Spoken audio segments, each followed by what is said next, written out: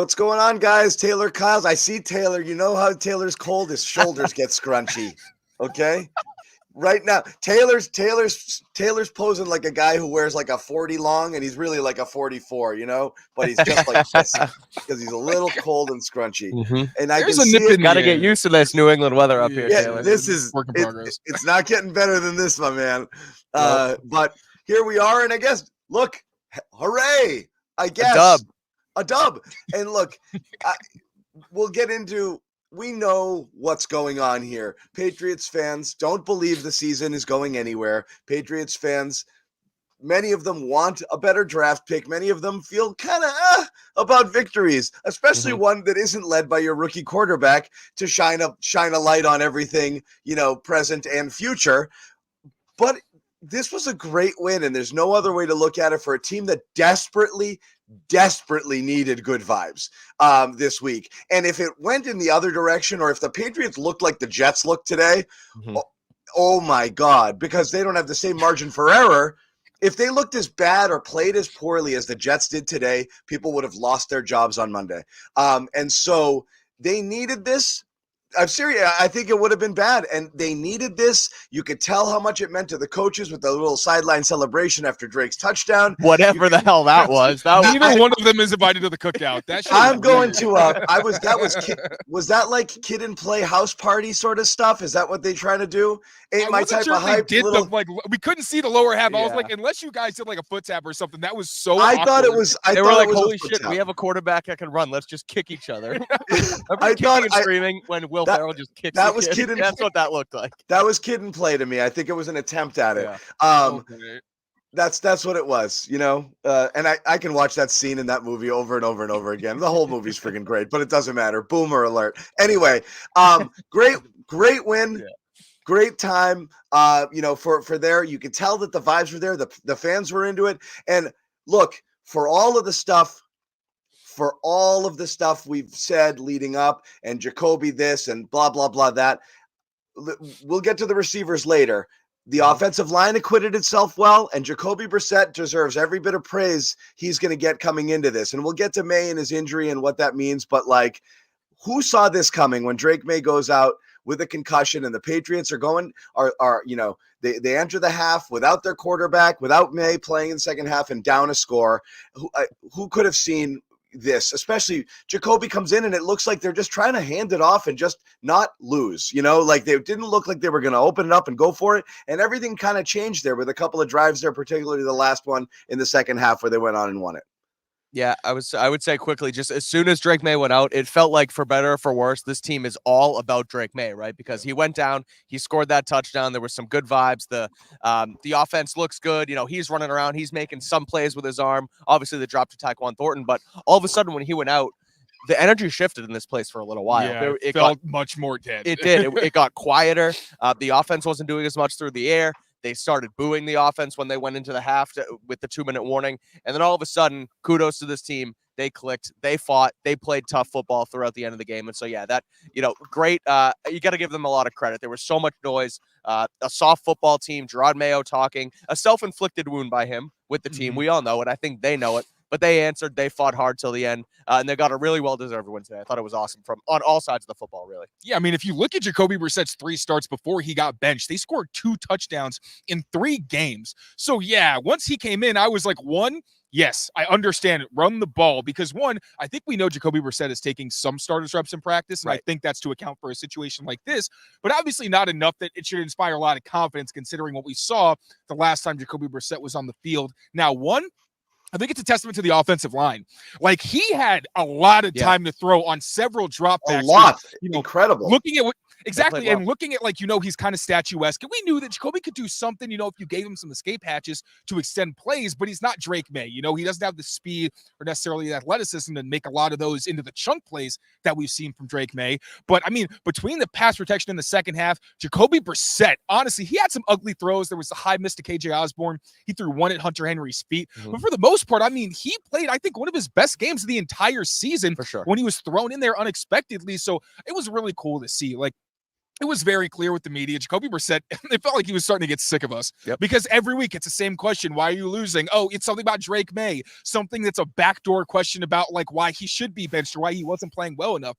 And finally, the guy got a chance to answer questions about his resiliency. And he was saying, kind of like Geno Smith said, I got to give Bob Sosey credit because he kind of made the comparison. Oh, we were walking down the tunnel, but it was kind of like when Geno said, yeah, y'all wrote me off, but I didn't write back. Yeah. And Jacoby said, I myself, I wasn't listening to y'all. And you know what? Good for him, because I was even saying after halftime, I wanted them to run it into the half because I was like, you know what? We've seen what happens when Jacoby has Taylor. Half drives together. I was like, please just run it into halftime, regroup. That's all you need. Just please don't put yourself in a bad spot. They did that. And then at halftime, I said, I don't know how they're going to get on the board again unless they get a big special teams play or a turnover. Then you get the 3 and out to start the second half.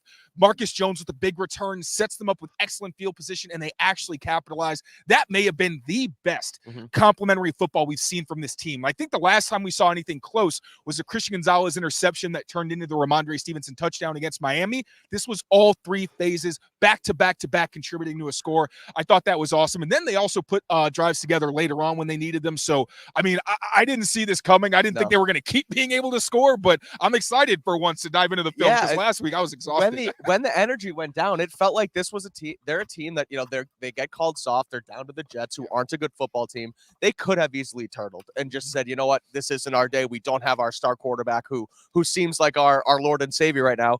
But they buckled down and they played really good football. And like you said, the tough stuff versus the soft stuff, the running the football, the stopping the run, the covering kicks, they weren't great in all 3 phases, but something not that something that we don't talk about, but something that wasn't talked about this week is playing that complementary football. And they did exactly that. They got they had the punt return and they punched it in the end zone. They don't settle for 3 and things like that. Where the Jets, there were a couple times where they didn't play complementary football. They make a stop, they get a 3 and out, they drive it all the way down, but then they have to settle for 3. Greg Zuerlein's missing kicks. So Patriots just straight up played better than the Jets today. A deserved win. And Jacoby Brissett too said after, I'm not trying to be arrogant, but I'm really proud of myself today. And I thought that was super cool to see from him. Thrown into the fire just like that. There you go. John's tweet on screen. He deserves a lot of praise. He came in all of it through a lot. Yeah, no, I'll give it up. I gave this guy a shit ton of thing, but at the same time, I feel exactly what you feel, Mike. It was and Taylor, it was unfair. Everything about what was done with Brissett was unfair. The situation, how crappy it was at the beginning, the fact that almost every single question asked of him was, so when are you going to no longer be the starter so we can put in the good guy? Him taking the when beating. are we to the end of this bridge? And they were fair questions at the time, but like obviously he's a human being. It sucked to have to ask. But he did to be fair, he did know he was getting into this situation. But anyway. But he took the beating, he took the losses, things were getting worse, and everything was so bad. And, then, he's got to deal with, the idea of mutiny and people in the locker room don't want him and blah, blah, blah, blah, blah, blah, blah. So, yes, absolutely. But, you guys said at a point going back to the end of the half there, when Brissett came in and you guys were there, describe to me the air in the place. I'm told just what I was falling. It was so quiet. It felt to me, people didn't even have the energy to boo. They were so like, what am I even alive for? Like, what am I here for? What do I want to do? There were reports that people were leaving at halftime. I'm done. I'm not sticking around for this. What's the point of watching? Jokey tweets on, that, well, there goes half of the Patriots fan base watching at home, just switched to red zone, and that was kind of the vibe, right? What was it like there? Was it as bad as it seemed? It was the vibe online, like you said. I tweeted just before the half. It looked like Drake Maye's day was done, and my comments were like, "All right, like you said, time to flip over to red zone. This game's over. It doesn't matter anymore. The only reason we watch this team is Drake Maye," and that's kind of what I was saying before. That for better or for worse, it's all about Drake Maye. But no, the vibes here, they really weren't great, like you said, John. There were boos here and there. There was a couple. It's basically a 2 and out, what I call it, where, 2 runs, incomplete pass, 3 and out, see ya, and the place boos like crazy. And there were a couple of those, but they didn't last long because there weren't that many people even that interested in it. You mentioned the reaction online too, where it seemed like some people left at halftime. And even when they had the complementary football we talked about, where Marcus Jones takes the punt return back and then they go in and score a touchdown, I didn't get a vibe that it was that loud in here when they scored. Like, I didn't think, like, there are times where this place will shake when something crazy happens. A Drake Maye long touchdown, the one to Booty a couple weeks ago, things like that. it's almost like people didn't realize what was actually going on until the fourth quarter rolled around, and then they got this thing going. So yeah, quiet to start, but I feel like the fans in general kind of got back into it once they made the comeback or got the win. And it's hard to blame them because it was kind of the same feeling that I had, where I'm like, okay, they scored. I don't know how you're doing that again. Like, are you going to get a turnover or something? Like, I don't know how you're going to get close. We turned to each other once Jacoby came in, and we were like, oh, man. Like, with Maye, there's always a buzz. Yeah. Like, you can tell people are excited no matter what happens. But truly, I was just like, I don't hear anything, which is bizarre in a stadium this big. Nothing. Like I heard nothing from home. Very loud. Yeah. It was really creepy. And the only times they did boo were when they kept running and then they realized, oh, it's going to be a punt. I think that's why fans kind of weren't so excited when they score, because it's like, all right, yeah, but the next time you're probably going to have another 3 and out. Right. Another 3 and out. I was as stunned as anybody to see them actually move the ball and score. But then you slowly started to feel people. Again, I think there was hesitation kind of throughout the game. Yeah. Like, even on the final touchdown, I think people were like, yeah. But there's still 20 seconds left, and there is still Aaron Rodgers across the sideline. And that's the reality, is like, you've got so many factors coming in here. Is you're there to see Drake Maye, and and that's what you get excited about, and that's what the whole fan base is lit up about now, is the promise of a new day. And did we get the guy? And I think you want more proof of it every single week, right? And through the beginning of this start, again, the numbers are going to not really bear out because he didn't have much of an opportunity, at least throwing the ball. But the rushing was ridiculous. The 3 of 6, that passer rating is down 23 yards, but a beautiful ball to Thornton that's dropped. Another one to was Boutte was the first Boutte drop? Was the first Boutte drop from him or Jacoby? The first one was still from him, right? That was from him. The one later Boutte dropped with his elbows. Yeah, right. Yeah. Right. That's how they teach you, right? Try to catch it with the inside of your forearm. Yes, I believe so. All the clinics. Yeah. Right. But so I mean, look, those were 2 beautiful balls that it could extend drives and or an explosive play downfield that he does. It's not made for him.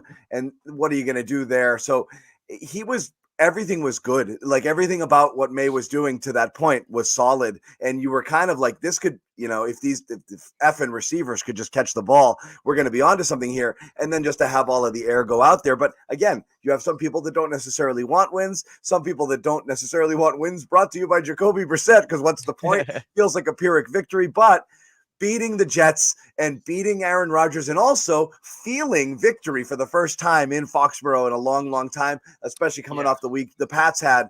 I mean, and again, what's the date of the last home win? It's a full calendar year. I believe it was October 21st was the last one. Yeah, so it's a year and a full, week about. God. Yeah. Wow. Which is happy anniversary. Yeah, right. It was that Bills game last year.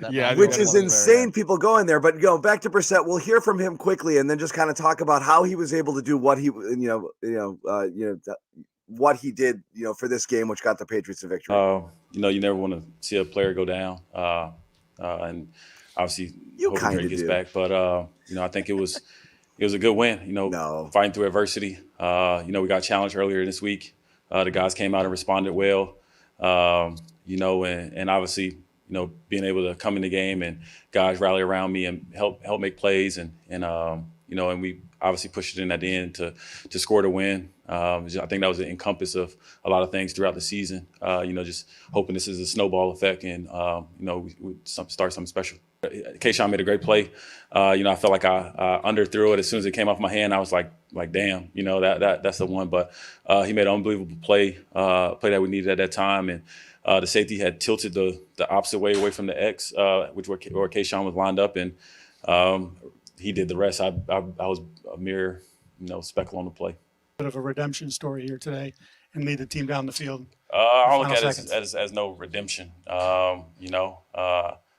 I think this is a testament to me believing in myself and not y'all, and I'm very aware of that. And I was very fortunate that to have this opportunity and to go out there and and get a win. With our guys, it was it was sweet. I mean, you can't put it into words, but I'm not trying to be arrogant or nothing, but I'm very proud of myself today. Can I say one quick thing before we get started? Because I want to give him all the credit in the world. Yeah. But no, for that throw to Kayshawn Boutte. So I could see I saw the safety start to creep down before, and then he blitzed, and I'm like, oh my God, Jacoby, throw the ball, because I knew he was about to get licked. And He I was held like, it still a get bit it too out. long, but that's okay. Maybe, but I think Booty needed some time because he had to get Sauce to. That was a great route by him too. Yeah, it was. Got Sauce to flip his hips to the sideline before he broke in to get open. If Jacoby had like a split second more and could have let it go, like without getting hit, I think it would have been a touchdown. But you got to give, I think, Brissett a lot of credit because he threw that knowing he was about to get hit. Like, it's one thing getting hit by a defensive lineman or even a linebacker. Safeties are usually like 210, 215. When they are running at full speed, they're coming that's from like one of the 15 yards. Right. It's one of the most violent hits you can possibly take. So I was just like, oh my God. I was terrified as soon as I saw that happen. But I just want to like give a tip of the cap to Jacoby because that was one of like a few big hits he took, but especially that one. That was a gutsy throw. For sure. And on the play as well, I'll say Kayshawn Booty just put on his Instagram story a nice which is really important that those guys get to social media. I was gonna say win or lose, they still post.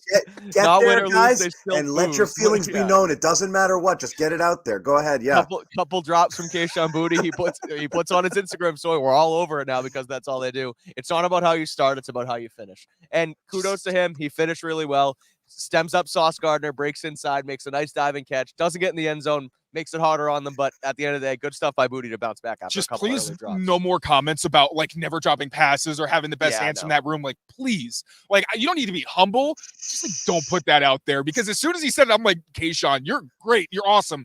I've seen you drop like multiple passes. Right. Let's not do that. But he's an athlete. They have to have a different mentality. I get it. And again, kudos to him for finishing on two really high difficulty plays. Less is more. Say nothing. Yeah, I mean, again, Belichick special. Especially as a rookie, man. I mean, I know he's a second-year guy, but a young player who hasn't made any mark yet, it's just smarter to not get yourself involved there. So as far as this goes, the other major storyline, and again, we'll get to Drake. I don't think there's much question that Maye is going to return as a starter, once he does get, cleared, and Mayo alluded to, as much in his post-game press conference. We can't wait to get him back, and he did want to return, and who knows.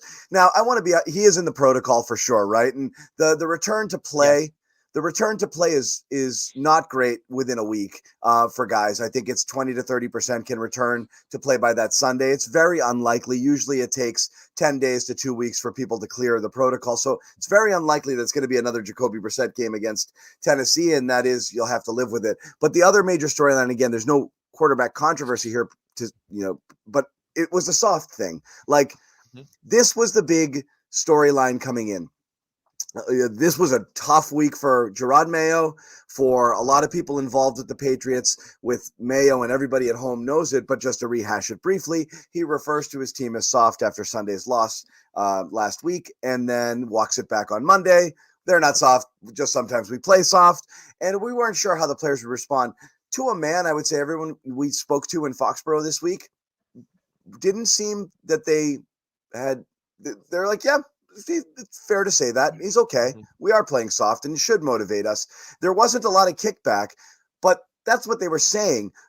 Really, we were going to know when they got to the field whether or not that how they truly felt about themselves and about their coaching staff. And a lay down effort today, I think, would have been a really tough thing to come back from for a lot of people in Foxborough. I don't know where they would have gone from here if they came out and it was the last Jets game all over again. So good that this happened here. But again, do you think the response was there from the get-go from these guys? It seemed like it. Is just everything changed when Maye went out, just the whole vibe and the feeling about what was going on in the game or what was going to happen. It's hard to remember, but it felt like they kind of jumped. They took to the challenge, with the exception of physical mistakes like drops, which again, the receivers are going to get theirs a little bit later. You never want. But yeah.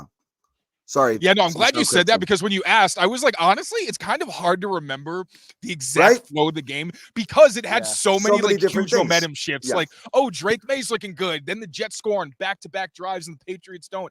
And then, you have, okay, now Jacoby's in and they're just running the ball to get into halftime. Right. Oh, wait, they actually have some momentum. It was a lot of back and forth there. And I think that was the point where I don't think you can say that this has been, obviously, even in the blowouts, I don't think this is a team that's ever rolled over. And obviously, it feels like a fake moral victory when you still got blown out or you lost decisively. But even like going back to the Jaguars game, when they're getting punched in the mouth, kicked in the teeth, whatever you want to say, then towards the end, they still have a 4th down stop right in low scoring territory. So it's like, I remember saying, all right, like, I feel like this is really grasping at straws here, but there is some pride. We've seen teams actually roll over where it's like these guys were dead in the water for an entire quarter.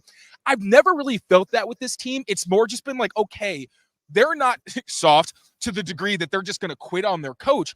But it also is like, is it a talent thing? Is it a coaching thing? Like we've been talking about, like, what is it that this team can't get over the hump and finish these games? Or when they get some momentum, why can't they hold on to it and actually get over the finish line? We finally saw that today. And like you said, John, I think we were all coming into this. Like, I don't know how I can mentally handle a loss because it was only going to get more toxic. Like we seen last week, it's just been a mess. Like we're talking about media civil wars and all this bullshit. Like I was honestly so sick of all the talking points this week. And I'm just thinking, like, please, I just want to talk about football. I have people out there who I love going at each other. I can't have that. Okay. I've got a lot of people out there. They put John right in the middle of that one, didn't they? But oh my God, I've got guys who I've worked with and we're people who I respect and adore. As both professionals and humans. Friends. Yeah, humans going out. I just can't have that. Yeah. So yeah, it was tough. Go ahead, Mike. No, I was just gonna say the soft stuff. I mean, again, like I said earlier, it was obviously self-inflicted, right? That wasn't something that was conjured up by the media that people want to say. Like Drake Maye said it, and then he had to speak for it. And you're right, John. It seemed like inside the walls for the most part. Now, I did have some conversation with people who didn't necessarily like it, but at the end of the day, they still know they played soft. Just thought that it should have been, kept internal instead of put out there externally. But they all agree and they all admit that they played soft against Jacksonville. And I thought this was the opportunity to go out there and show that you're not a soft football team, right? And there.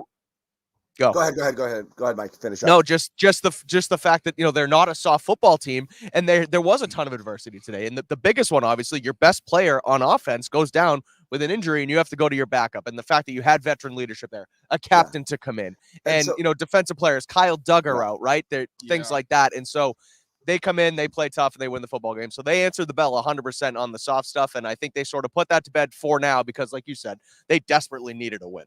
Also, hat tip to John Jones for playing safety when we didn't even know if he was going to be active in this game. I know for years people have been like, why are we getting John Jones at safety? When's it going to happen? I never thought that I mean, obviously it wasn't a full-time role. Most of his snaps did look like they were at safety. I know last year when the depth chart got really, really thin, we saw Miles Bryant more in that role. Right. They don't have a Miles Bryant. Obviously, Marcus Jones, it seems like his assignment was shadowing Garrett Wilson. Obviously, that was very up and down. But John Jones, like Mike Pellegrino says every time we talk to him, he's like, whenever I get a chance to talk about John Jones, I love to because this is the toughest guy I've ever coached. So I wanted to give him some love too. I feel like he may slide under the radar, but that was a gutsy performance from him contributing when he was questionable entering the game. Yeah, and we're going to hear from Drake Maye here. But let's hear from Gerard because Gerard talked about the soft stuff and kind of the vibes going into the week.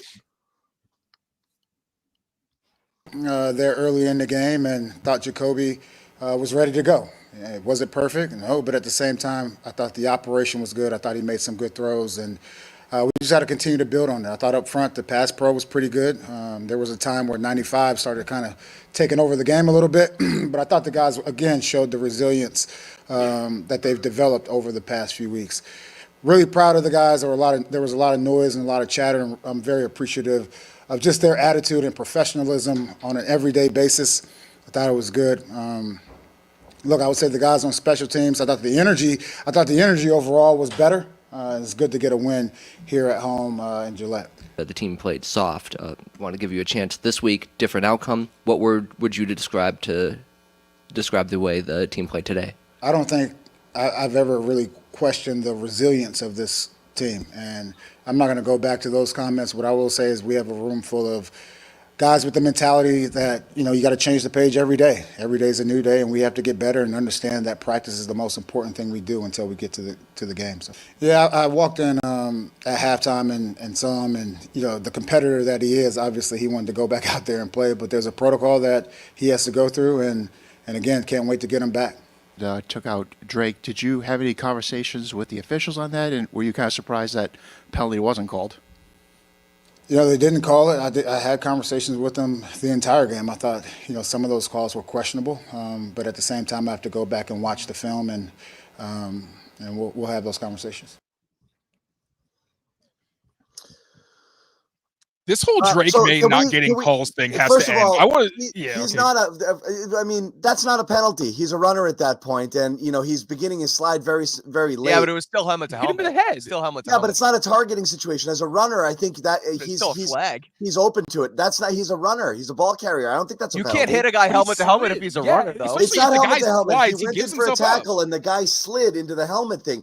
You can hit the runner. You can hit the ball carrier there. I don't think that was. I think everyone made a huge deal out of that.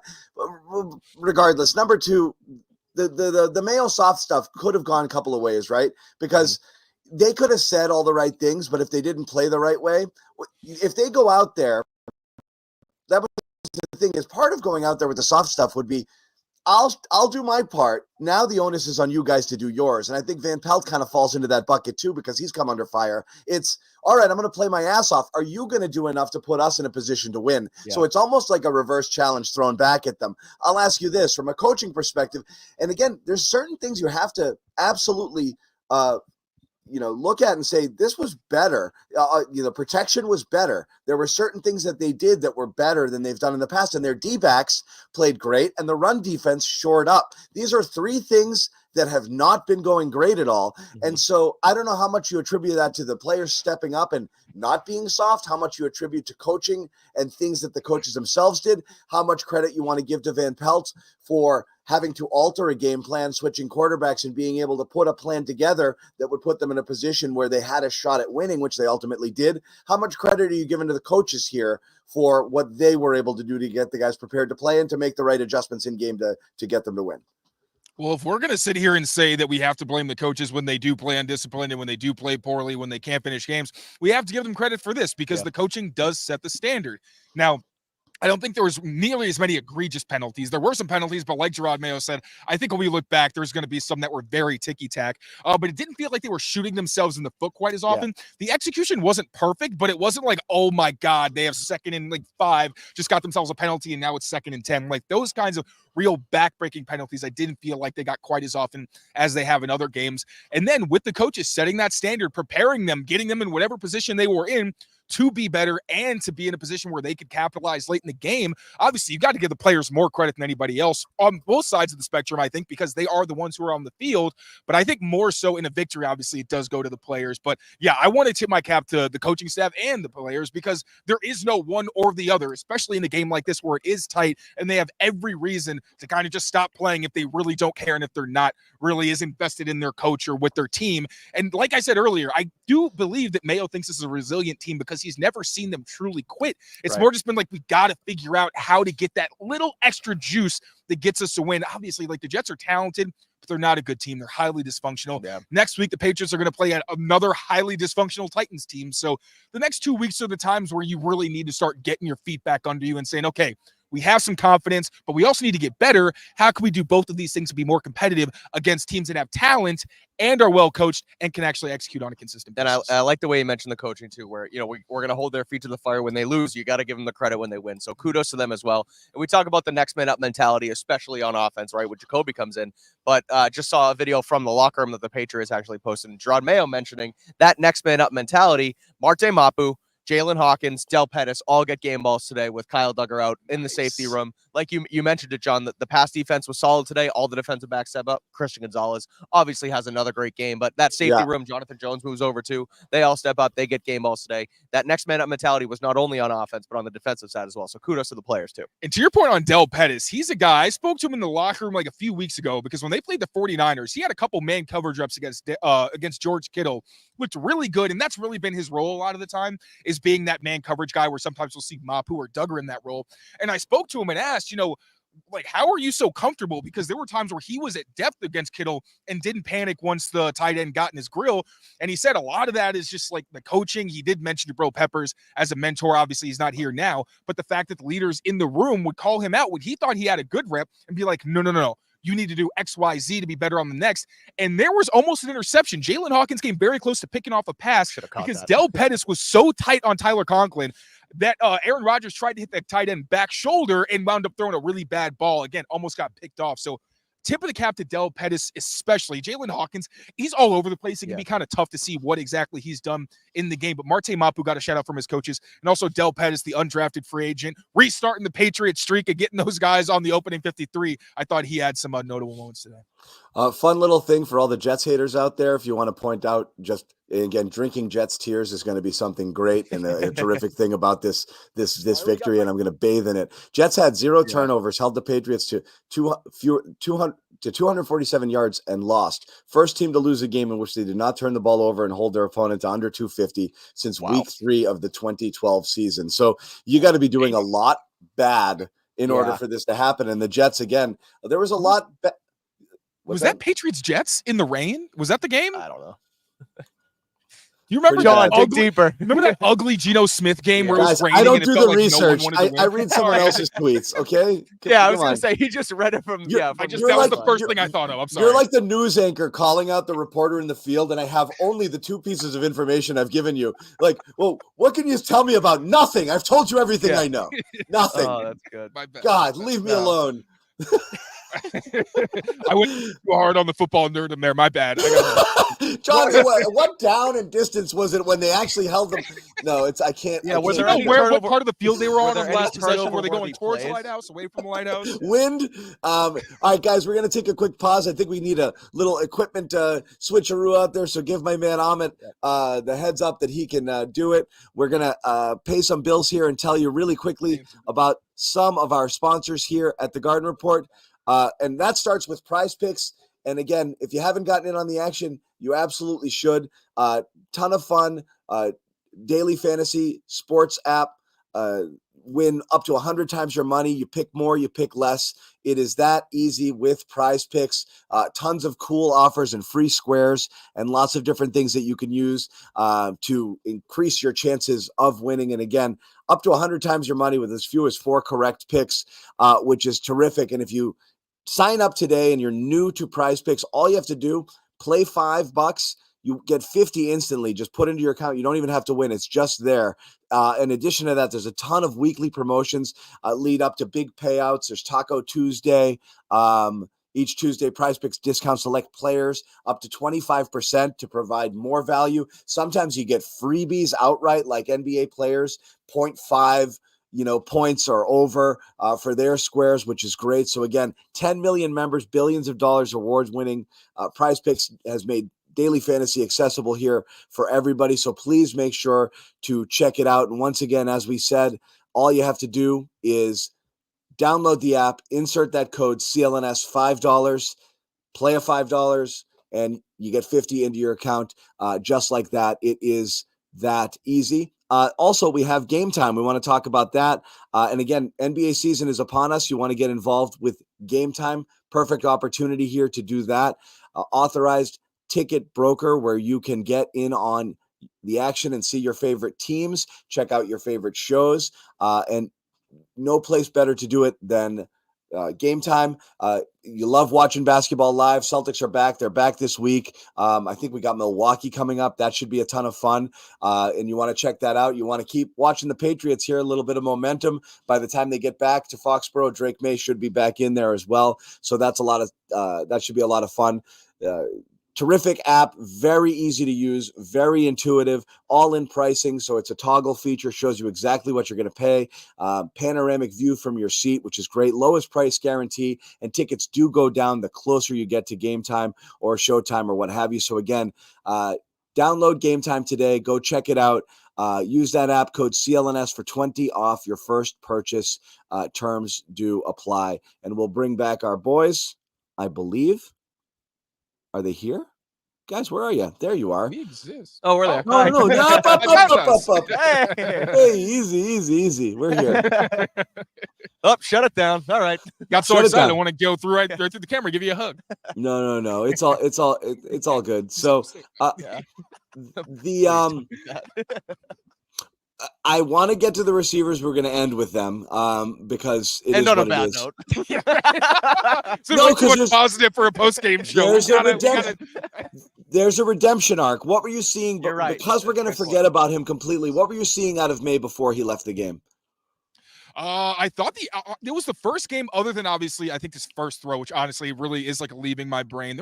Did he miss his first throw?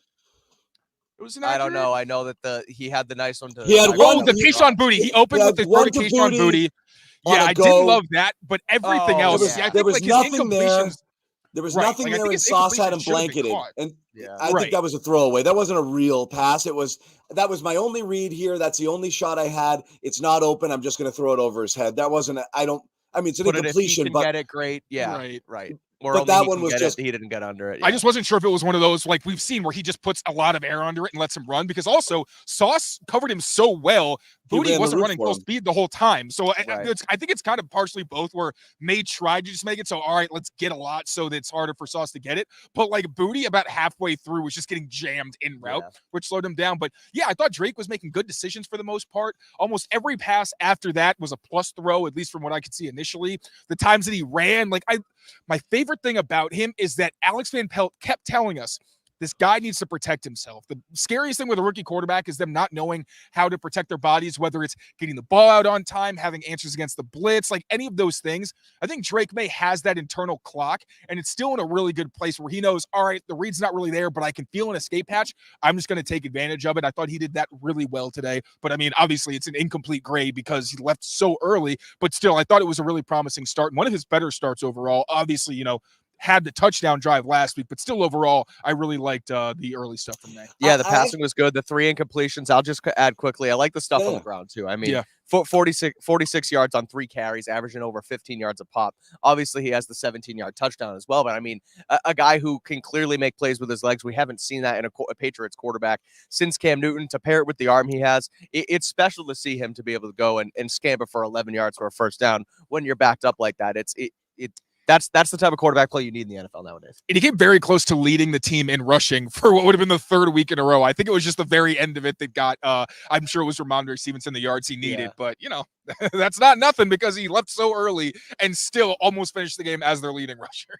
Well, to your point, Taylor, what you said about the protecting himself, and again, they don't know, right? And you're going to fight for that extra yard. And this was kind of like the play he got hurt on was a little bit of a half slide where maybe if he slides a little bit earlier, he avoids that hit and he's on his way down and he catches a glancing blow off the back of the head as he's about down to the ground there.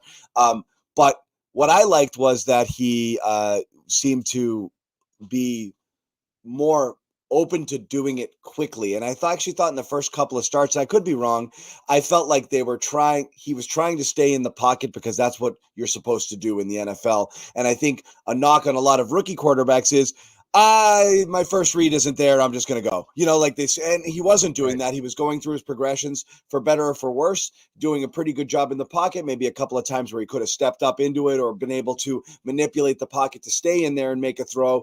Maybe he took a bad sack or two, but again, that's any quarterback, not just a rookie quarterback. But I actually felt he was holding back on what he could do. And the Jets were daring him to run when they were overloading one side on a pressure and just leaving a whole massive, gap open there, or just rushing 3 and dropping guys into coverage. That's a gift for a player of Drake Maye's caliber. And that's something you start doing that. Defenses have to account for it, and it opens up so many other things, particularly a team here that has receivers who lack to get separation, and there's not a lot of man beaters out here. So if you don't have the numbers and you're trying to scheme people open, it's difficult to do. And if they're just going to drop guys into coverage and just figure it out, just go. I loved seeing it. It was just really unfortunate it ended the way that it did. And to your point, so I know that like other teams, at least I remember the Texans were trying to blitz him with man coverage. Yeah. He killed that. The touchdown actually came when they had a spy on him. They tried to rush him. The rush lane discipline was horrendous. Yeah. Mm-hmm. Like that lane he had was just unacceptable. That's the kind of thing we saw from the Patriots the last time they played the Jets, where it's like, why is nobody defending the middle of the pocket or just giving all these escape hatches? And they tried to spy him with a linebacker. And then I saw him on the edge. I was like, ooh, is he going to outrun him? Can he do it? Can he do it? And obviously he did. So you're seeing that Drake Maye's the kind of guy you don't want to mess around in man coverage too much because he can beat you with his legs. He can outrun linebackers if you try to have them, spy him. And obviously he can hit the in breakers, he can hit the out breakers. Like he has every answer in his toolbox. It just comes down to him, to consistency, and obviously his receivers catching the ball. There's a little bit of Josh Allen goofiness to the way he runs too, where it's like he gets to the edge, he gets there, and he gets his arm in and scores a touchdown. He almost ran into the wall over here when he went, and then on the one where he ends up getting the concussion too, he looked like he was about to fall, caught his feet again, and then gets another 4, 5, 6 yards, and then ends up sliding. But no, baby giraffe. Yeah, exactly. But no, it's good to see. I like watching him scamper and not just be a pocket passer, but also a guy who can make plays with his legs. Now, I saw Mike doing the Schefter, looking at his phone while we were while we were talking earlier. Did you catch something interesting that's worth bringing to the attention of the people at home? No. I was being too loud, to be honest. We're surrounded by other people trying to do their jobs, and I'm Taylor was screaming, and so I had to give him a note. Yeah, I'm excited. I've been so sad for 6 weeks straight. Hey, this is our spot on the field, and you get to talk as loud as you want to talk. And if people don't like it, they can move down a slot or two. We got the whole thing. They got it all. It's all there. Okay. We're surrounded by friends. It's okay. Yeah.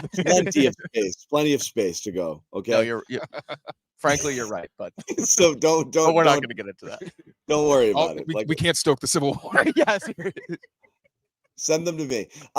So let's get into it for real. So I'm not trying to end bad. It's just I didn't want to bring up early in a loss. I mean, in a win, the thing that sucked and was driving people crazy. And again, Taylor, you talked about the wild swings of like, what do I care about in this game right now? And it was so hard because it was like, I hate Aaron Rodgers and I love Drake Maye, and now Drake is hurt, and Jacoby, this is depressing. And what the F is going on with the receivers? And like, what the hell was that dance Mayo did? And like, do I even want to win? And yes, I want to win. Marcus Jones, what is happening? Yeah. And so there's so many different things there. And again, after the week that these dudes had, the receivers, I can't believe the game started the way that it started with the Thornton drop, which is just hands. And that's his look. There's almost nothing he's done well at the NFL level, but like, you're going to send the guy downfield. I mean, catch the ball. And it didn't happen. They tried to run him on a little screen or something too, and he didn't get going after. He doesn't have an elite football skill outside of being able to run fast, but you're going to get there. He's fast. He's a track star. He doesn't fast. Have a feel for the football. Also he's really good at those love of the game routes. He's very smart and knows how to clear out spaces. What Tyler Hughes told us. AKA run really fast. Run fast and clear out the defense. But look, ball hits your look. It's simple. You're in the NFL. Ball hits you in both hands. You catch the ball. You don't. Yep. It's just a fail. It doesn't matter. It's like that's supposed to be automatic, and you have that. Then. Booty making a business, throw me the damn ball, Kayshon Booty making a business decision, little alligator arm going over the middle. And look, it's scary. I'm glad that's not my job, but it's his job. And you can't do that. And he drops one. You certainly can't do it after the week that they had, saying to anybody who would talk to them how much they deserve to get the ball and how, from the Jalen Polk saying he has the best hands to Booty to give me the ball to everybody, to Osborne, who didn't play at all today. He played a little bit. I saw him on the field a couple times. I saw some times where he was on for pop, and I was like, why is this happening? What is going on? But the drops, they're all over the place. And again, it's multiple. I think it was 4, maybe 5 throughout the game. Booty had 2. 5 total. His own, Booty had 2. Thornton had 1. Thornton had 1. Bourne had 2. Booty had 2. Thornton had 1. Bourne had 2. That's what it was. Okay. Yeah. And that's bad. Bourne not being the one who popped off, but Bourne also being a guy who you expect not to. He's always popping off. He's always talking about, we have to play better. Now, granted, he takes accountability. He takes accountability, but he's not saying throw me the ball because I'm the best guy out there and then dropping it all over the place. So all of that happened, and then you have terrific redemption arc there with Booty coming back and making huge plays. The one too. Made a nice play. He did. They dumped it off to him on 3rd down, and he made a guy miss and made the conversion. Yep. Little yak. And that was nice. And that was a nice play by him. And then as you guys already described that route where he kind of gets sauced a turn and then breaks it back inside. And then a slight underthrow because Brissett, the rush is coming into his face there. He got smoked, gets the throw off, and Booty's got to break off that after going full speed and just getting into his break and come back to the ball. Is a very athletic play and to slide to make that play. And then the near touchdown where his knee is down on the inch line, his knee is down with the ball on the 1 inch line right beforehand.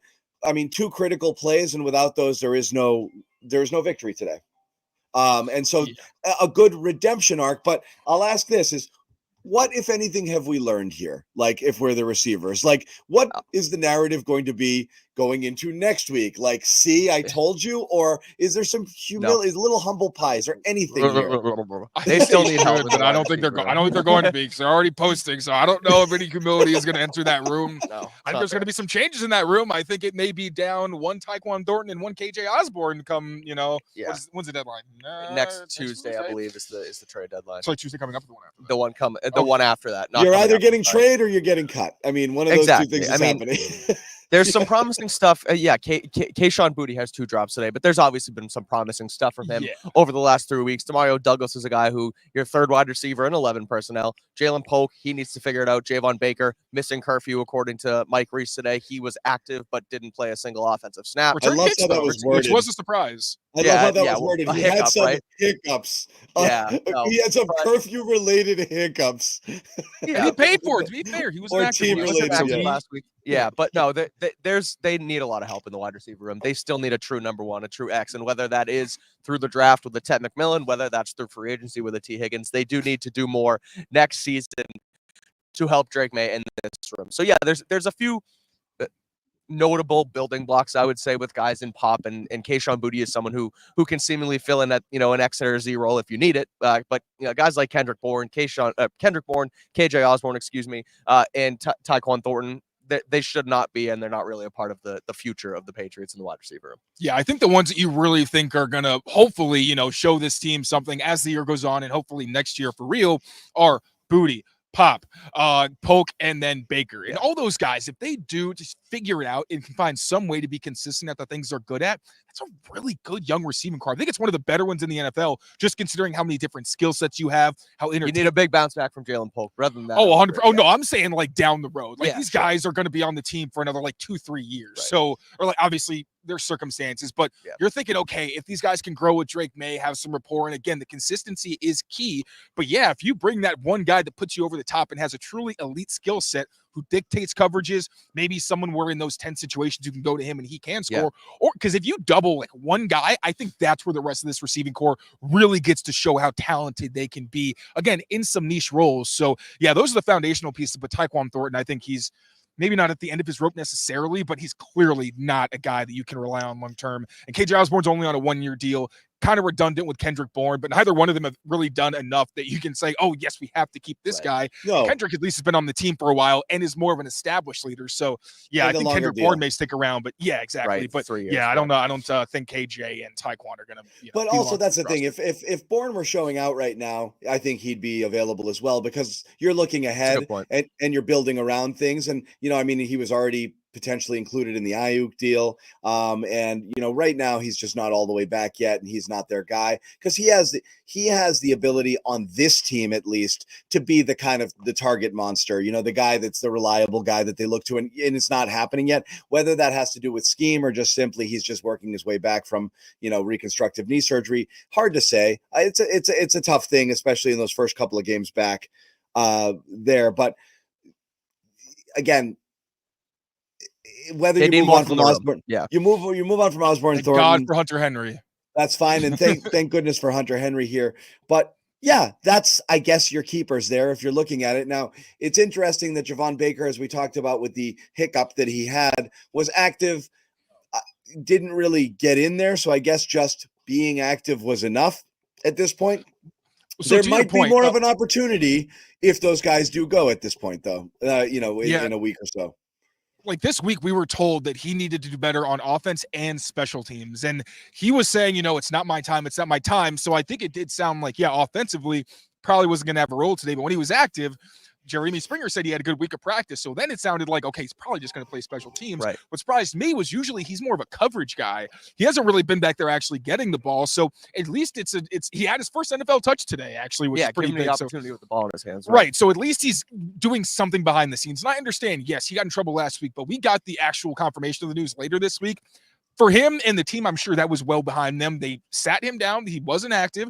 He took his punishment. Then it was, how do you bounce back from it? And clearly he did enough to inspire some confidence after being a healthy scratch for multiple weeks. And it wasn't even like he was just on the roster because they needed to have him active. Like, we were kind of talking about that. There were so many guys hurt. Uche being a healthy scratch, right? Right, There was the idea where, okay, is he just out here just to be active because, they need to have 47 or 46 guys on the active roster for the game. But no, he actually did play a little bit where Uche was a healthy scratch and didn't play at all. Yeah, like Uche had played less than 20 snaps 2 weeks in a row, 0 pressures, and it feels like once a week he has one glaring mistake. Last week he missed a tackle in space that contributed to a conversion. I think it was on 3rd down, or at least an explosive play. So, yeah, it seems like Javon Baker truly is making strides, and obviously everybody wants to see him on the field. He's the only true X receiver on this team. Kayshon Boutte filled that role today, but he's 5'11". You don't want X receivers being 5'11", because as you can see, like a guy like Sauce, there's not a whole lot you can do. It's just the guy's bigger, stronger, and faster than you. He's really better at the Z, where they've tried to have him kind of mixing in with Kendrick Bourne. So, another step in the right direction for Javon Baker.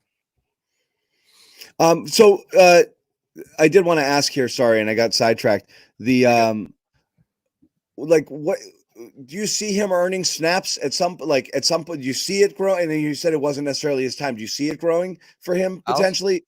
For Baker, yeah. For Baker, I'll say only if they do end up moving one of these guys in Tyquan Thornton, KJ Osborne, because right now I think they're pretty steadily ahead of him on the depth chart, and we also see what happens when a guy like Jalen Polk comes back from the concussion. But I do think that things have to happen that are outside of his control for him to really start to see snaps here, only because it's been a thing where, and Alex Van Pelt said it, he has to get better, understanding the playbook, being in the right spot, being in the, running the right route and things like that. And I think the reason we haven't seen him on the field on the offense is for those reasons. And so unless he can really turn that around, and that's going to be the key here. But I think as long as Osborne and Tyquan Thornton are still here, I think it's going to be hard for him to see the field. So Taylor, you said this at the beginning of camp. Like, you said it early. You said Baker's got you. I think you might have made a kind of a bold prediction that Baker was your kind of like clubhouse leader to potentially be that X receiver on this team. And then there was a period of camp where it looked like, oh, this could be possible. And then it kind of went quiet. He was the best receiver for like 3 days in a row. It was like him and Pop, and they looked completely different than everybody else. And so that's kind of the thing, is you saw some of it and it was like, oh boy. And that's the thing, is like everything about, being a Patriots fan these days is about what if we got something in this guy? And, you got lightning in a bottle with Douglas. I mean, you got lucky with, let's not say lucky. You hit with a guy like Douglas, even if he's not a Pro Bowl receiver, to hit at that point in the draft and get anybody, and a person who is probably by far your best weapon currently, as much as an indictment on the other weapons, but he's real. Now, Boutte, we're seeing now a couple of things, and he's flashing a little bit. Those are guys that you plucked out of nowhere. Baker is a guy who's a second, late first, early second round talent who fell all the way to the 4th. I think a lot of people were kind of hoping, like, did we outsmart everybody here? And again, and I don't think that he saw the field and played 12 snaps is going to get people there. And you want to see that talent if it's real or not real. So assuming he puts the mental stuff together, does he have the talent to get on the field and start to make an impact? Because you really do have to start seeing the guys make plays. You can't just be all on Drake Maye running around and Hunter Henry being a security blanket and that's it, and scheming a few things open from time to time. You have to have somewhere in this point somebody help you out. I do think he has a talent. Alex Van Pelt has said he got great hands. He can separate. Like, it's not a skill set issue with Javon Baker. It is the behind the scenes stuff. And the reason I don't think that KJ Osborne and Tyquan Thornton are really a factor is because we've already seen those guys get benched for younger players. Jalen Polk jumped, I believe it was Tyquan Thornton. Then we saw Kayshon Boutte jump KJ Osborne. Like, they really do want these young guys to get on the field, especially because they know every snap with Drake Maye matters. Yep. Every opportunity to get more chemistry matters. They want to go with the youth movement, but right now, Kendrick Bourne obviously didn't have a good day, but he's one of your more reliable guys in terms of a veteran who knows what he's supposed to do, understands how to be an NFL receiver. Kayshon Boutte has been a legit starter for weeks, and obviously Demario Douglas, like you said, is one of their best guys, but at that X spot, they still haven't found a guy who can really win there. They tried with Tyquan Thornton.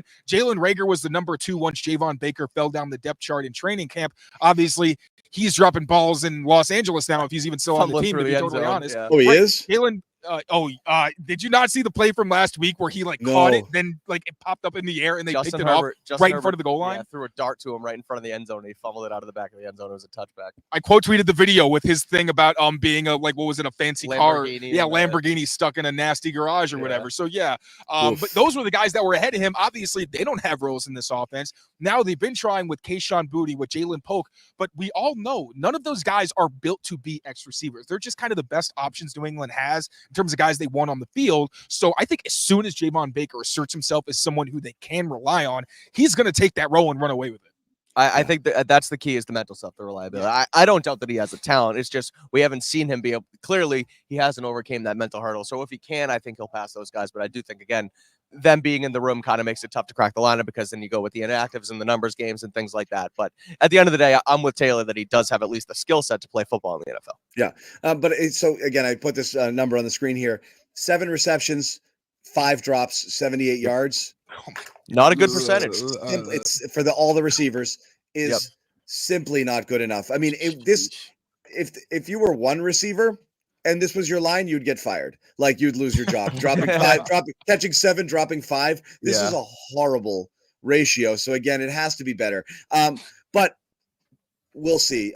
Next week, Tennessee, probably with Jacoby. I don't know that you're not going to get that wide receiver fix necessarily right away, because you do want to keep seeing some progress. So who knows how that's going to go. So while we have it and while we can celebrate a Patriots victory, because we don't know how many of these are coming this year, let's also bask somewhat in the miserable failure that is the New York Jets. And look, and boy, do they stink. And again, you're looking it up here, and again, we've got some very colorful AFC standings here, but not last place. The Dolphins are 2-6, not 2-5. So that's 3 2-6 teams, with the Patriots and the Jets and the Bills playing right now. And that's what we have.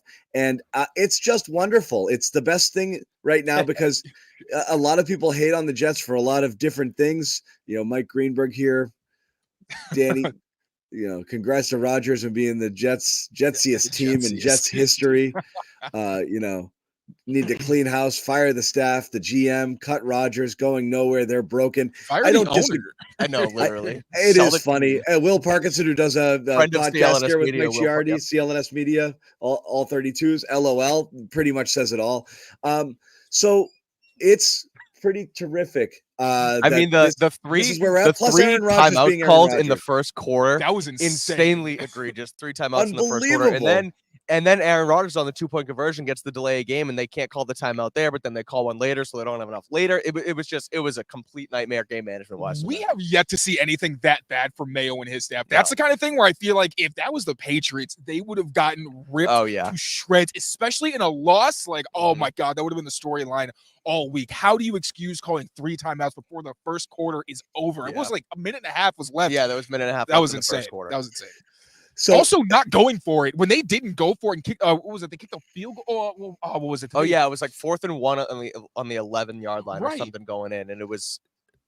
I forget the numbers, but the math didn't math. Right, it didn't make any sense. It's like, you really think the Patriots are going to drive from here and go all the way down the field when they haven't shown you yet they can do that? I thought that was. I didn't really harp on it until I'm like, hey, not the team I cover, not my chair, but I thought that was an insane decision, and the Jets fans and reporters were not happy about it. And this is what happens. And again, the Jets aren't the only team that's in this hole. Look where the Browns are with Deshaun Watson here. You kick in a lot of money and you kind of make this whole thing about one guy, and it doesn't work out. With Aaron Rodgers, whether or not you think that one guy of questionable character, of questionable everything at this point, but with Rodgers, you've turned your entire franchise over to him, and he's holding you hostage at this point. And the reality is he's fine. Not a bad quarterback, but he's 40 and he's not good enough to elevate the team. And they keep trying to figure out ways to make things better for Aaron and to get his buddies and to hire his buddies and to fire people he's not on board with. And they've chosen poorly. And what do you got, Taylor? Speaking of Aaron's buddies, how about Devontae Adams? Didn't do a damn thing against Christian Gonzalez. When Gonzo was asked about the matchup after the game, it felt like he was trying to be diplomatic, because he was like, we got the win. We got the win, which is translation for, I put the clamps on that boy. What do you mean? What did I think of the matchup? What did you see about I respect him because he's Devontae Adams, and I don't want to speak ill of my elders. But I pitched a fucking shutout today, which is what Gonzo did. He didn't give up anything, about it. And here's Gonzalez talking about some stuff. We have him here at the podium, in addition to responding to a big win from all that went on this week. Played soft, and you guys came back, had a team meeting. What did you think of the response from your team today? Yeah, I mean, I hit on it, earlier in the week. I mean, he said it, but I mean, that wasn't something he ain't say to us first. I mean, it's not, nobody took it personal. It's a challenge, So I mean, we came out and did what we had to do. Would you assess your performance in the game? Man, we won, man. We won. There it is. We won. Yep.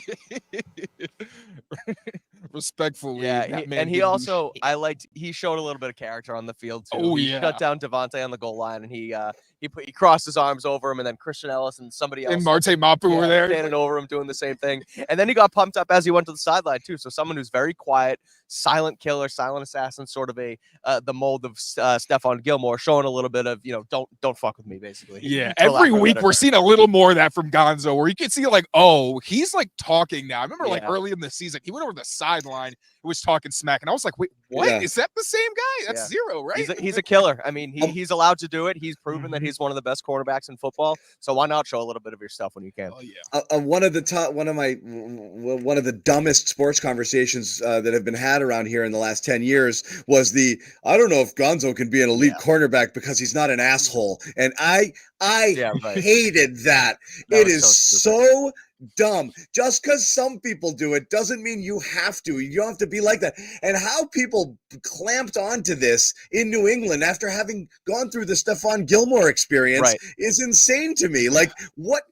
It was such a dumb narrative. And like, I don't care if he starts to talk or starts to get confident. What you care is just shut him down. And that's what he does on a pretty regular basis. And he's so confident in his ability, his technique, and his recovery speed, pretty much everything. He's just, I got this. And he's got Elite. that perfect number one corner at it. Is he going to win every battle? No. You saw Stephon Diggs beat him on a couple of balls, and you had the Seattle game with some up and down moments as well. But Ryan Thomas Jr. And Thomas Jr., I mean, in a pretty good coverage, they get over the top. It's a perfect throw. It's a nice catch. It happens. A guy who's having that's going to happen. You're not pitching a shutout every week. He's legit elite. And any conversations, about his attitude or who he is, and I know you're grinning. I thought it was so silly that was a thing that people talked about. Well, there was that, and then there was also he had an up and down training camp his rookie year, played 4 games, outstanding, shut guys down, rookie of the month. Then he gets hurt, he comes back, has an up and down training camp again. It's like, well, is this guy just not a good player? It's like, no, he's a freaking gamer. He's a baller. He's going to get out there. He's going to show you the F up, and he's done it for, the first half a dozen or dozen games that he's played in the league. That's why we avoided that talking point like the plague this summer. I was like, you're not going to catch me buying into the stock that Christian Gonzalez is bad because he's not performing well in training camp practice. Like, even Also honestly, Coach stupid. White did acknowledge that Gonzo wasn't playing as well as he expected. He was like, wait, what's going on? And they had to talk, and I think it was just something with Mike Pellegrino, and like they were working on things. So to be fair, I have to, Coach Flight did acknowledge, his coach, that, even I was a little like, what's going on exactly? But, don't question Gonzo. Like last year, I remember people were saying, oh, it's just a small sample size. Like, I don't know if it's good. I was like, no. I studied this game a lot. You do not see rookies play like that when they are being asked to handle the toughest assignments every week. He doesn't panic. He knows that he's the best athlete on the field. Like when I asked him about DK Metcalf, I remember it was like, what, are you going to get physical with him? Are you going to out athlete him? I was like, he's like, yeah, I can pretty much do whatever I need to. Yeah. No, you're It's right.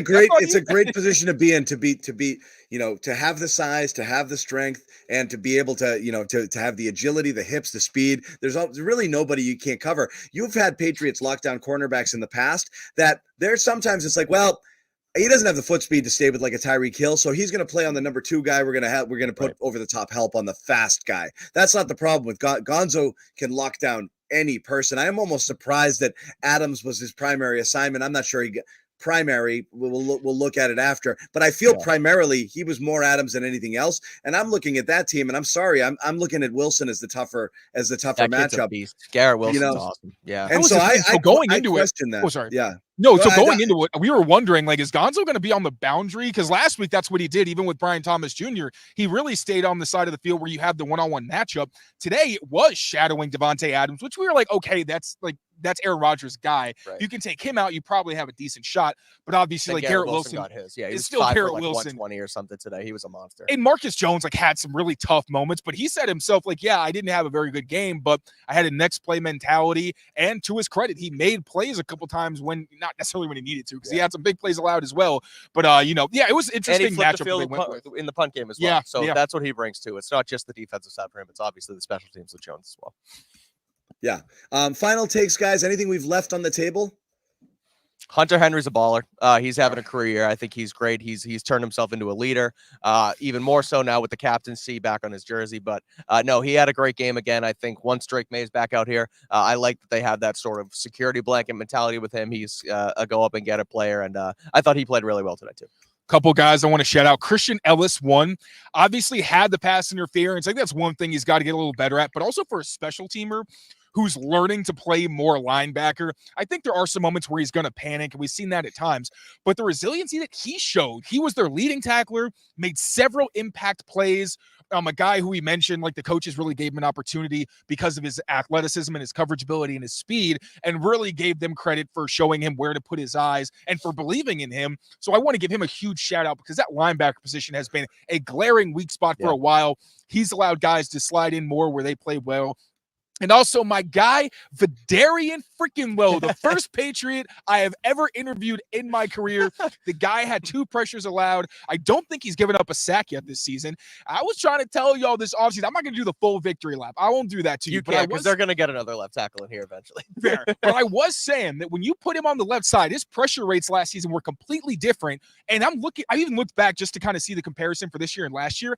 Every rep I posted, 2 hands, 2 hands, 2 hands. Now with Scott Peters, he's using 2 a little bit better. That's where, one arm is longer than 2 is what they say. Now he's finally using that length, that great punch he has to stall rushes early on.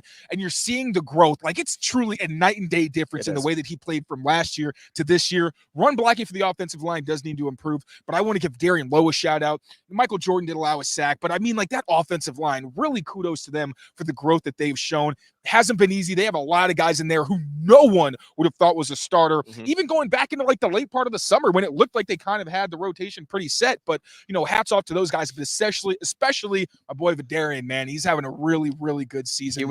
He was a punching bag last year for this team, Vedarian Lowe. Yes. As far as fans calling him Vedarian Blow and why does it like this guy stinks. And he wasn't good on the right side, to be fair, but he has really cemented himself as, at least for this season, the best left tackle they had and someone who can play pretty well. And if they go in with him penciled in as a starter and they do draft a rookie high, that is the big caveat. Like, if you can sign like Ronnie Stanley, obviously you do it. If you can draft a guy, you do. But I would not be upset with Vedarian Lowe as a guy that you say, what you're about to say. Careful, Taylor. I know. He hasn't given up a sack. I just careful. I said pencil. After you also invest heavily in the spot. That is my caveat. Eraser. But like Vedarian Lowe's under contract next season, and like I think the way he's playing, he deserves to be someone you at least say, hey, if he continues to grow in our system, as a bridge. He's fine as a bridge. Exactly. That's it. I like swing tackles, guys who can jump in there and play and do different things. You need more than one guy on your roster. Having someone who you actually feel okay about is great. And again, in the same vein as Christian Gonzalez, what's the best thing that you can say about a left tackle in a game? I don't remember hearing his name. Exactly. And that's what it was with Vedarian Lowe. If I didn't know, based on following, the pregame reports and who was active and not active, I would not have known he played today, which is a great thing. Because same with Montre Jacobs, actually. I don't remember hearing his Jacobs name either, is the same. I didn't. You're not. There was no issue. It was shocking that the line. Easily its best game of the. I mean, again, people will dig into the analytics after, but I feel and all that stuff, and we'll see what it looks like. But you're right; it wasn't easily the best game of the year. Easily, and Ben Brown did struggle more than he has in the past, and at some point, blocking wasn't great either. Like we said, that'll be something that'll become glaring over the next couple of days. But again, it's turned into this offensive line is completely atrocious, can't do anything to help their quarterback too. Okay, it's actually serviceable, and Jacoby Brissett's able to go down and win a game with a minute 40 left, something would not have happened in week 2 or 3 of this season. Let me ask you this. Now, how much, and again, you never know, right? There's always the people who will say, and I agree with this largely, sack is a quarterback stat, and it is in many cases, and a quarterback can elevate the play of his O-line. And over the last couple of weeks, granted, again, pressure rate still seems a little bit higher than you would like it, and the Houston game was a difficult one, but relative to what all other passers had done against the Texans, the performance that the Patriots, both line had and Drake Maye had in that game, was not awful. And last week I didn't think was was trending in the right direction as well. How much of the play got better on its own, or how much was benefited by having a quarterback in there that allowed them, that put less pressure on the line itself, where, the fact that he's mobile, the fact that he bailed them out and extended some plays so you're not in these 3-and-out situations, how much do you think that helped them kind of raise up their level a little bit and not always feel like, oh man, I just killed another drive? I really don't know, because it is strange to think that this group of guys, many of whom were penciled in as number 2s and even 3s entering the year. Guys, replacement level are playing and could play a game like this. I would have never seen it coming. I mean, it's definitely a bit of both. Like, Drake Maye has done a much better job getting the ball out quickly and using his athleticism, but we're also seeing plenty of times where Drake Maye pocket unbothered.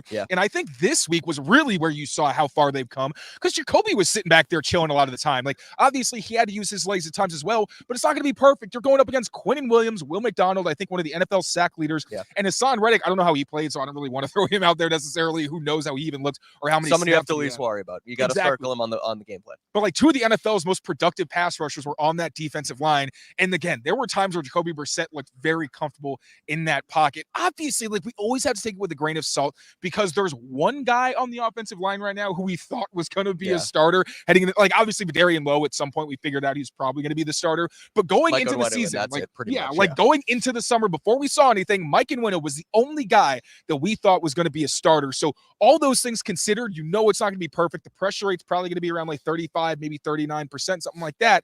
But still, I think I was shocked at how many times I'm like, oh, okay, Jacoby's like scanning the field and isn't really scared of anybody in his face. I think so. And I think too, when Jacoby was in there for the first couple weeks, his internal clock, it starts to speed up a little bit, where he kind of runs into his own mistakes. And that's where you said, John, sacks are a quarterback sack, where, he sped up a little because the line starts to struggle. Then Drake Maye comes in, the athleticism's there, so he makes plays. Jacoby comes in fresh, right? He hasn't played in a couple weeks, so he's not playing scared is not the right word. I don't mean scared. I asked him that after the game. I was like, did being on the bench like help you at all? I tried to find a way to phrase that it didn't sound condescending, but like, bro, you weren't getting clobbered for like 3 weeks in a row. 100%. Did that help? Yeah, your mind resets a little bit. You're able to sit back there a little bit more confidently. You forget what it's like to have people jumping down your throat, running at you from all angles all the time. And so I think it's a little bit of both, the line making incremental changes, incremental strides, and then just the quarterback play with Maye, and then Brissett coming in with fresh legs too.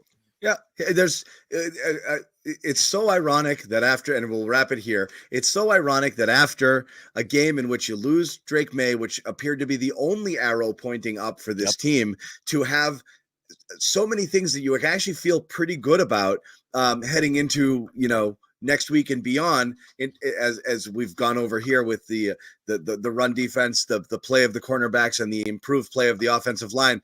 All of a sudden, like, all of these things that you felt horrible about maybe even 12 hours ago are trending up, and that feels great. How much of that has to do with the mess that is the Jets on the other side, we will see. But again, it's a certainly winnable game next week in Tennessee, so they could continue there regardless of who is playing quarterback. We will see. Other than that, we thank Mike Kadlick and Taylor Kyles for braving the cold. What is it, guys? 50? You guys gonna be all right? 47 right now. Oh my God, you poor things. Oh my goodness move gracious. the shoulders up and down a little bit. We're good to go. Fingers might fall off, but we'll figure it out. But follow these guys, Mike Kadlick and Taylor, CLNSmedia.com for all of their written work, and make sure you subscribe to this Patriots Press Pass channel, and they'll be back with Patriots Daily tomorrow, dissecting this even deeper and further once they get a look at some of the film and some of the other things. So again, happy to have you guys here. We do appreciate it. Thank you once again for joining the Patriots Postgame Show on CLNS Media. I'm John Zannis. That's Mike. That's Taylor. We'll see you guys later.